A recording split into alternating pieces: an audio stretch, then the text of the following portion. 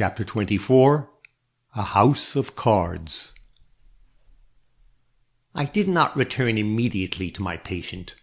I waited till her supper came up. Then I took the tray, and assured by the face of the girl who brought it that Miss Althorpe had explained my presence in her home sufficiently for me to feel at my ease before her servants, I carried in the dainty repast she had provided and set it down on the table. The poor woman was standing where we had left her, but her whole figure showed languor, and she more than leaned against the bedpost behind her. As I looked up from the tray and met her eyes, she shuddered and seemed to be endeavoring to understand who I was and what I was doing in her room. My premonitions in regard to her were well based. She was in a raging fever, and was already more than half oblivious to her surroundings. Approaching her, I spoke as gently as I could, for her hapless condition appealed to me in spite of my well-founded prejudices against her, and seeing she was growing incapable of response, I drew her up on the bed and began to undress her.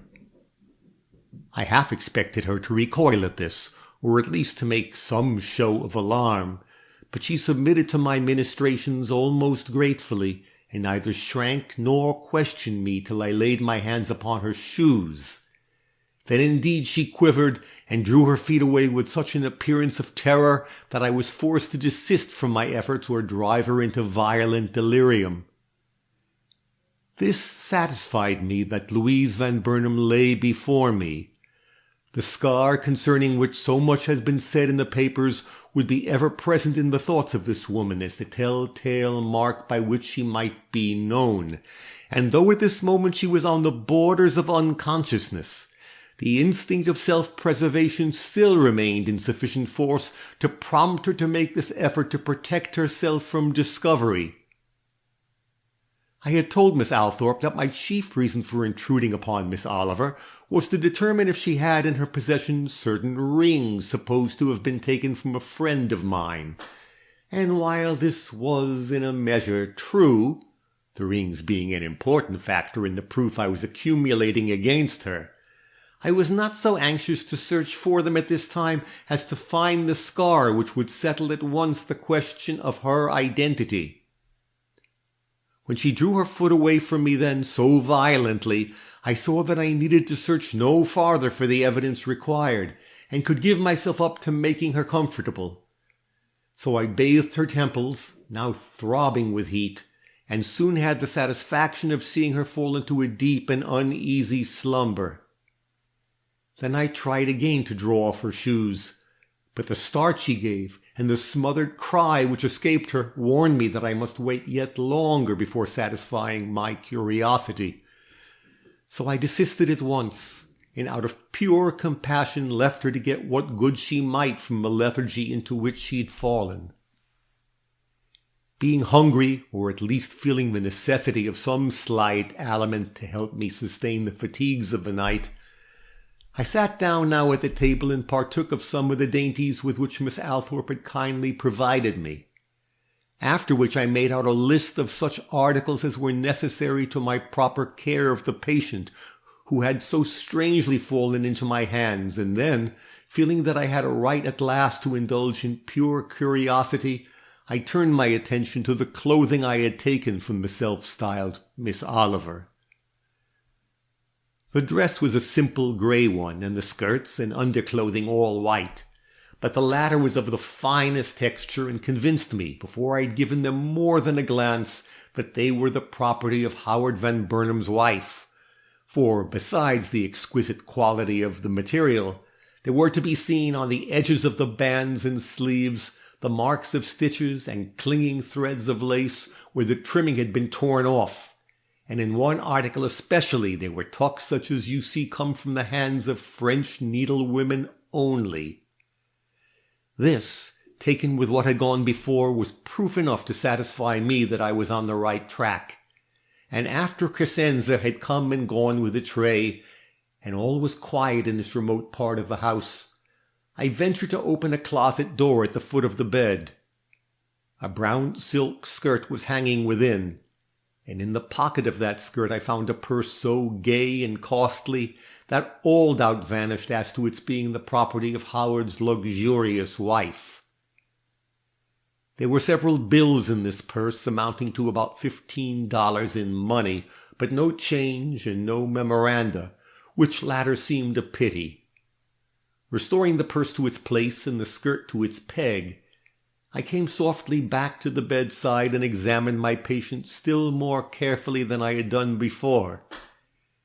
She was asleep and breathing heavily, but even with this disadvantage her face had its own attraction, an attraction which evidently had more or less influenced men, and which, for the reason perhaps that I have something masculine in my nature, I discovered to be more or less influencing me, notwithstanding my hatred of an intriguing character. However, it was not her beauty I came to study, but her hair, her complexion, and her hands.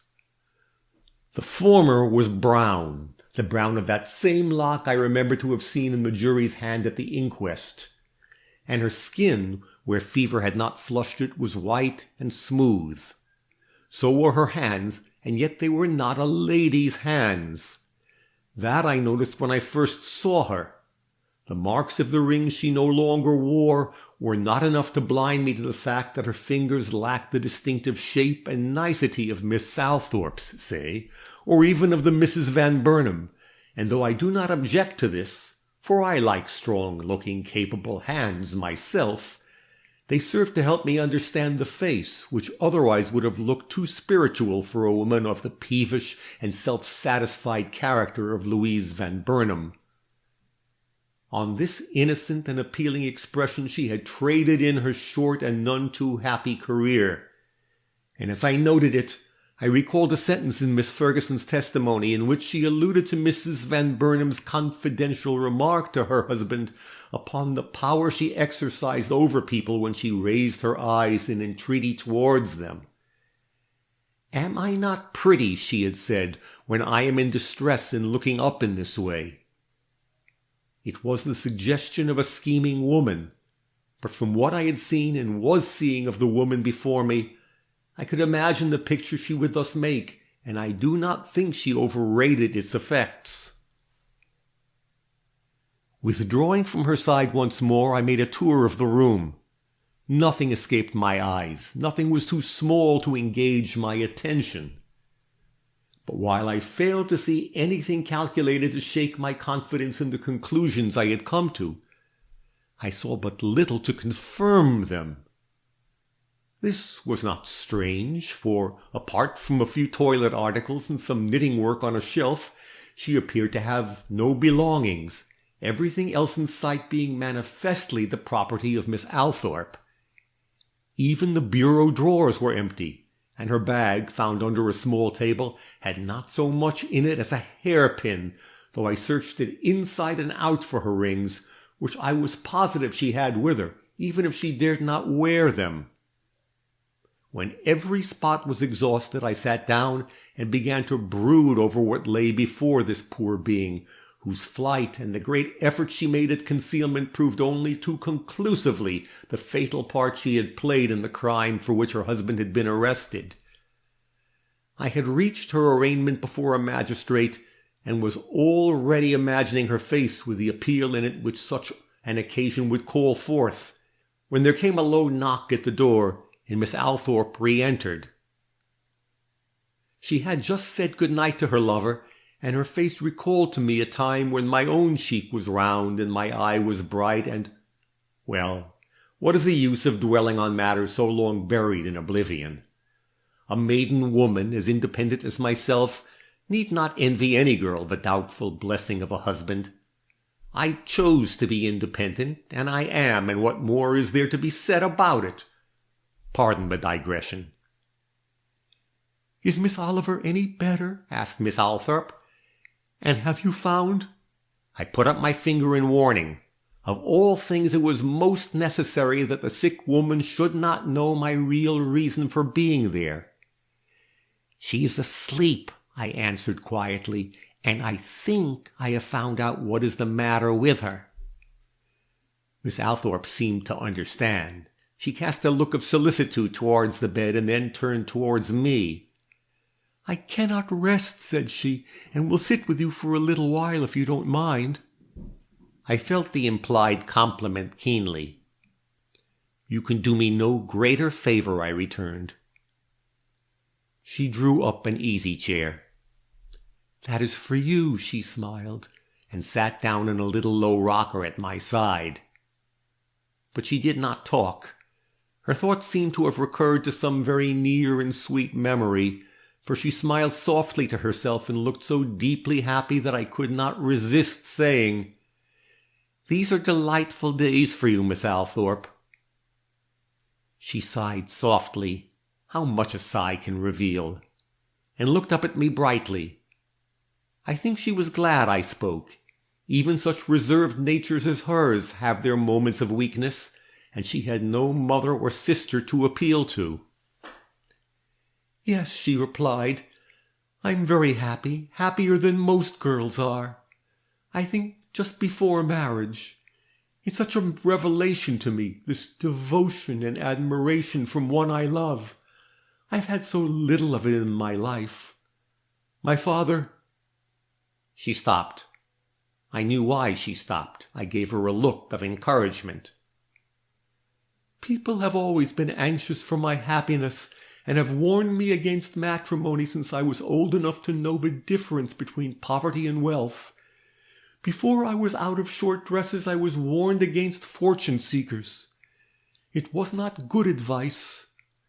It has stood in the way of my happiness all my life, made me distrustful and unnaturally reserved. But now, Miss Butterworth, Mr. Stone is so estimable a man, so brilliant and so universally admired, that all my doubts of manly worth and disinterestedness have disappeared as if by magic. I trust him implicitly and— Do I talk too freely? Do you object to such confidences as these?" "On the contrary," I answered.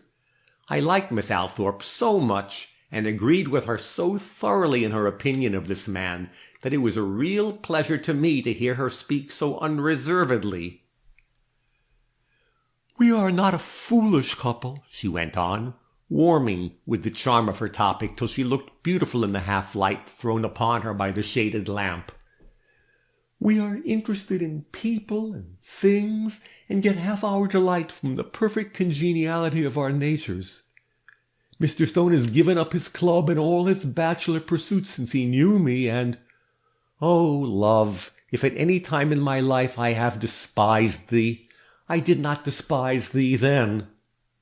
The look with which she finished this sentence would have moved a cynic. "Forgive me," she prayed. "It is the first time I've poured out my heart to anyone of my own sex.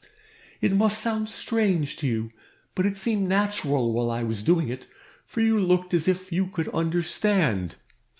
This to me, Amelia Butterworth, of whom men have said I had no more sentiment than a wooden image. I looked my appreciation, and she, blushing slightly, whispered in a delicious tone of mingled shyness and pride, "Only 2 weeks now, and I shall have someone to stand between me and the world. You have never needed anyone, Miss Butterworth, for you do not fear the world. But it awes and troubles me, and my whole heart glows with the thought that I shall be no longer alone in my sorrows or my joys, my perplexities or my doubts. Am I to blame for anticipating this with so much happiness?" I sighed. It was a less eloquent sigh than hers, but it was a distinct one, and it had a distinct echo. Lifting my eyes, for I sat so as to face the bed, I was startled to observe my patient leaning towards us from her pillows, and staring upon us with eyes too hollow for tears, but filled with unfathomable grief and yearning. She had heard this talk of love, she, the forsaken and crime-stained one. I shuddered and laid my hand on Miss Althorpe's. But I did not seek to stop the conversation, for as our looks met, the sick woman fell back and lapsed, or seemed to lapse, into immediate insensibility again. "Is Miss Oliver worse?" inquired Miss Althorpe. I rose and went to the bedside, renewed the bandages on my patient's head, and forced a drop or two of medicine between her half-shut lips. "No," I returned, "I think her fever is abating." And it was, though the suffering on her face was yet heart-rendingly apparent. "Is she asleep?" "She seems to be."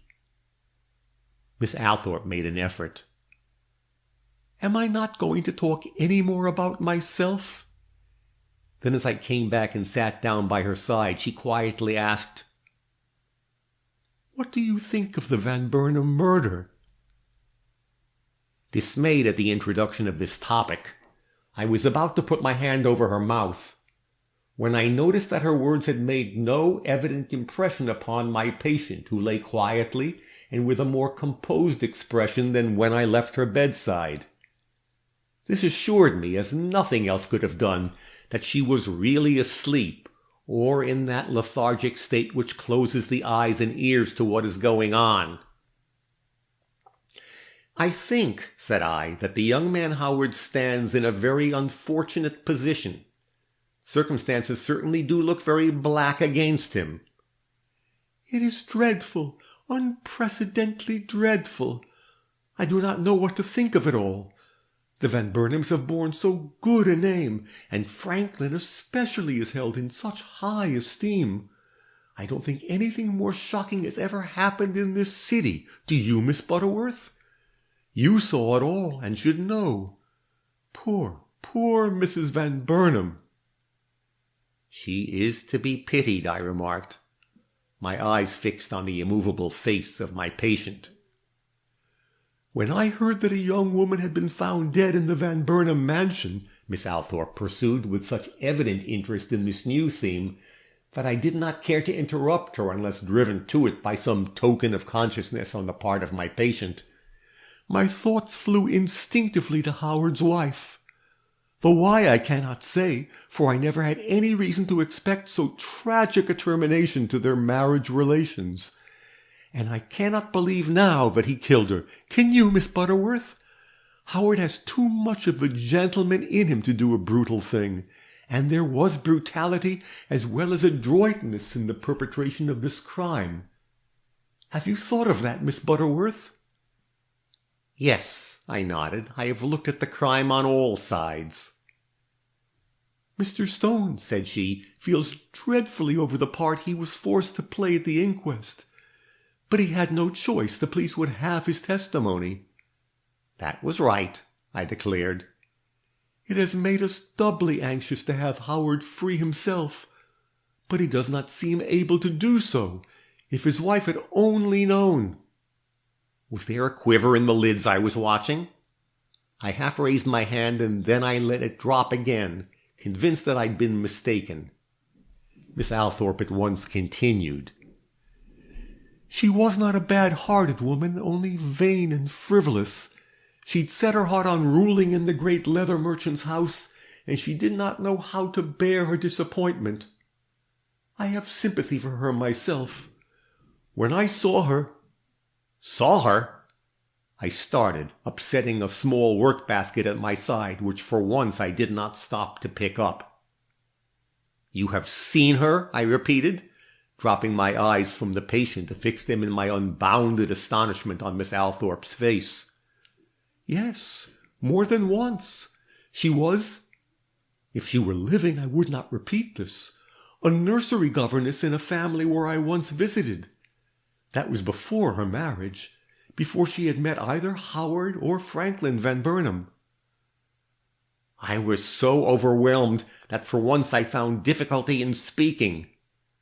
I glanced from her to the white form in the shrouded bed, and back again in ever-growing astonishment and dismay. "You have seen her," I at last reiterated in what I meant to be a whisper, but which fell a little short of being a cry. "And you took in this girl?" Her surprise at this burst was almost equal to mine. "Yes, why not? What have they in common? I sank back. My house of cards was trembling to its foundations. Do they not look alike? I gasped. I imagined. Louise Van Burnham looked like that girl? Oh, no, they were very different sort of women. What made you think there was any resemblance between them? I did not answer her. The structure I had reared with such care and circumspection had fallen about my ears, and I lay gasping under the ruins. This ends chapter 24.